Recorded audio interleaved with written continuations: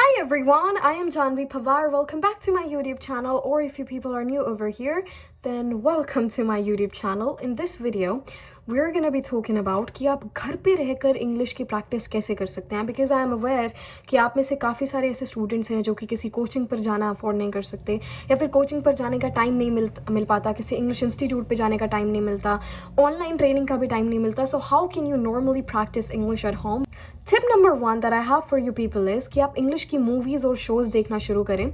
उससे क्या होगा, आपकी जो प्रोनाउंसिएशन है and at the same time जो कैरेक्टर बोल रहा है, तो आपको उस पर ध्यान जाएगा कि इसने किस टाइप का सेंटेंस बोला, किस टाइप के इसने डेली लाइफ कॉन्वर्जेशन के लिए जब ये किसी से मिला तो इसने किस टाइप से अपने सेंटेंस को स्ट्रक्चर किया, या फिर जब ये किसी ऐसे इंसान से मिला जिससे ये काफ़ी टाइम से मिला नहीं है, so what kind of sentence he use. तो आपको अलग अलग सिचुएशंस जो कि हमारी डेली लाइफ में होती हैं उनके रिगार्डिंग आपको सेंटेंस स्ट्रक्चर्स मिलेंगे, and the same way you can use the same structures.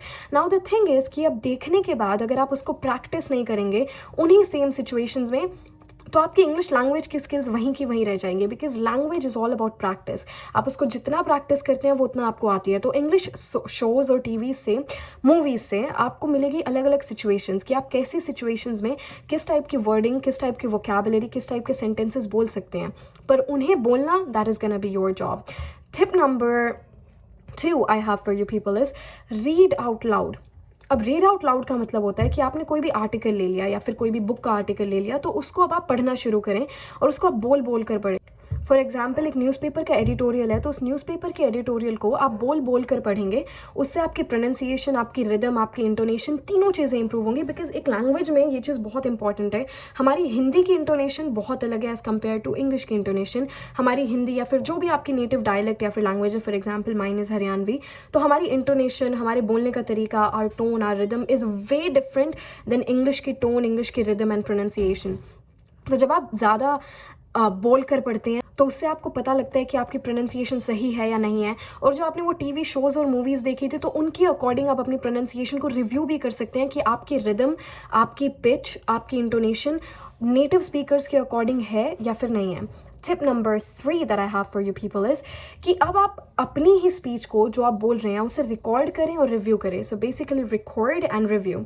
तो उसमें क्या होगा, जब आप रिकॉर्ड और रिव्यू करेंगे, अब उससे आपको पता लगेगा कि आपका ऐसा कौन सा पार्ट है, आप उसको आइडेंटिफाई करेंगे कि यहाँ पे मुझे काम करने की ज़रूरत है. For example, you have been watching a TV show. उस टीवी शो में जो जो हुआ आपने उस सेम चीज़ को कॉपी किया, उसे रिकॉर्ड किया.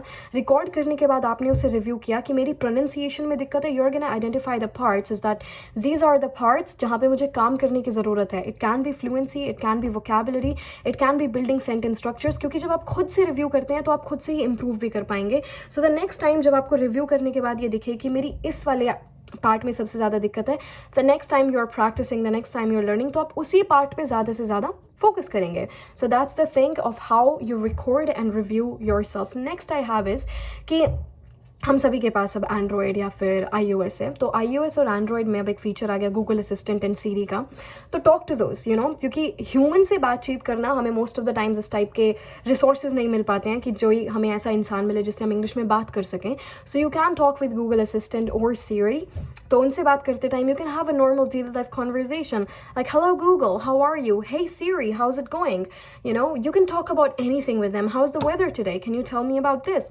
सो टॉक विद देम. उससे आपको कॉन्फिडेंस आएगा. You are gonna feel like कि आप किसी ऐसे इंसान तो नहीं बट किसी ऐसे से बात कर रहे हैं जिसको ऑलरेडी इंग्लिश आती है, जिसको ऑलरेडी इंग्लिश में फ्लुएंसी है. और मोस्ट ऑफ द टाइम्स जब हम अपने इनिशियल फेज़ में होते हैं तो उस टाइम हमारे में कॉन्फिडेंस भी कम होता है किसी को फेस करने का, क्योंकि हमें लगता है कि अगला इंसान हमें शायद से जज करे हमारी बुरी इंग्लिश की वजह से. But it's not about the other person, it's about you. आपको अपनी इंग्लिश इंप्रूव करनी है, तो stop caring about other people कि वो क्या सोचेंगे. You want to improve your English, be a little bit selfish and start talking with people. अगर आपके पास पीपल नहीं है, then start talking with Google assistant और सीरी. और उसमें आपको ये भी फीलिंग आएगी कि nobody is judging you, you can just talk and say anything. और वो बार बार आपको बोलेगा भी when that you know your assistant cannot understand you, तो आपको बताएगा I'm sorry I can't understand. तो आप अपनी स्पीच में चेंजेस और इम्प्रूवमेंट अपने आप लेकर आएंगे ताकि आपको पता लगे कि वो अगला क्या चाह रहा है आपसे. Moving on to the next one. Sing along to English songs. English के गाने सुनिए ज़्यादा से ज़्यादा। इंग्लिश के गाने में एक तो आपको पिच मिलेगी, एक आपको उनकी प्रोनाउंसिएशन सुनने को मिलेगी, और जब आप उनके साथ गाएंगे उन्हीं की प्रोनाउंसिएशन में गाने की कोशिश भी करेंगे, उन्हीं की पिच पे आप गाने की कोशिश करेंगे। ये नहीं आपको world class high level top singer नहीं बनना, आपको सिर्फ उनकी लैंग्वेज स्किल्स पे फोकस करना है कि उसने अपना जो सेंटेंस है वो किस तरीके से स्ट्रक्चर किया है। बिकॉज जो हम डेली लाइफ में इंग्लिश बोलते हैं और जो हम गानों में इंग्लिश बोलते हैं वो उसके सेंटेंसेस थोड़े से अलग हैं, तो आप सेम तरीके से अपने भी सेंटेंसेस को जो है उनका स्ट्रक्चर जो है वो चेंज कर सकते हैं।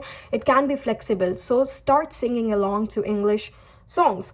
Next tip I have for you is कि please have a specific goal कि इस दिन मुझे इतनी इंग्लिश बोलनी है, या फिर इस दिन मुझे अपनी प्रोनाउंसिएशन पे काम करना है, इस दिन मुझे अपनी वोकैबुलरी पे काम करना है। और जब भी आपको टाइम मिले, फॉर एग्जाम्पल आप कोई शो देख रहे हैं, फेसबुक पे कुछ देख रहे हैं, so stop watching it in your native language, stop watching it in a language that you are comfortable with.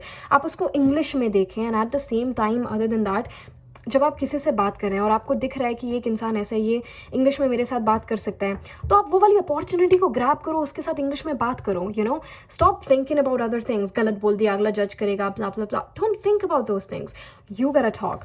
तो बात करें। उसके अलावा आपके पास एक और अपॉर्चुनिटी होती है। Every time, like every single second, your mind is thinking about something. आप किसी ना किसी चीज़ के बारे में सोच ही रहे होते हैं, यूर थिंकिंग ऑफ समथिंग। कोई भी सिचुएशन हो तो वो जो सोचना है आप उसे इंग्लिश में कन्वर्ट करें। इसमें थोड़ा सा टाइम लगेगा आपको इसकी हैबिट बनाने में, कि अभी आप जो आपकी लैंग्वेज है in the back of your mind वो हिंदी है या फिर आपकी कोई नेटिव डायलेक्ट है। So instead of that switch to English, कि आप इंग्लिश में सोचना शुरू करें, and that's how you improve your English language skills.